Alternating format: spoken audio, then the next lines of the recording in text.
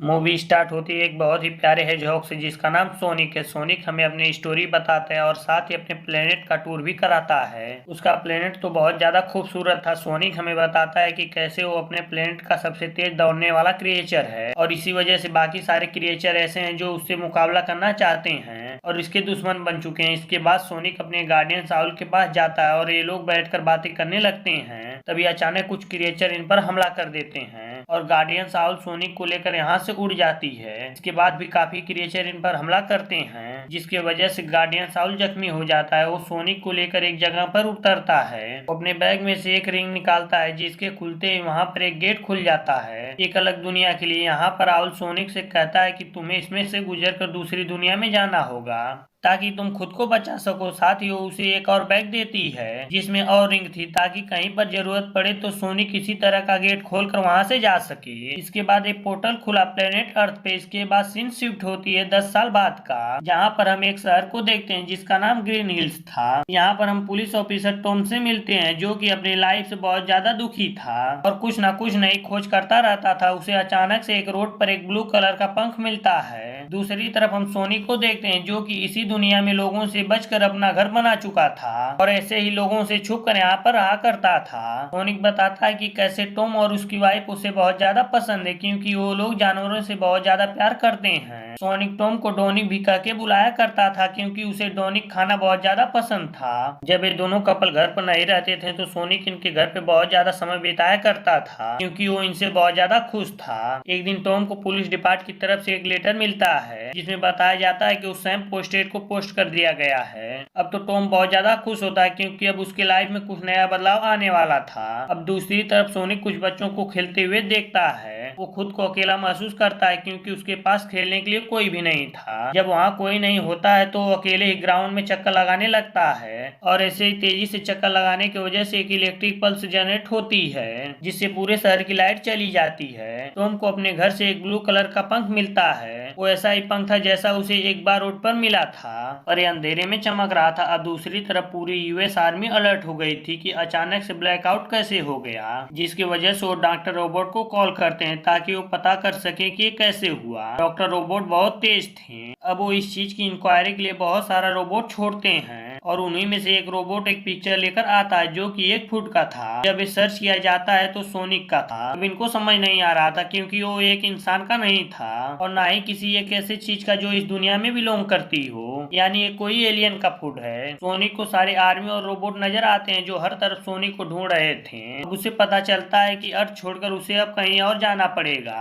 अब वो अपने रूम में जाता है और वो रिंग वाली बैग लेता है और रिंग ऑन करके दूसरी दुनिया में चला जाता है। यहीं पर यह मूवी एंड होती है।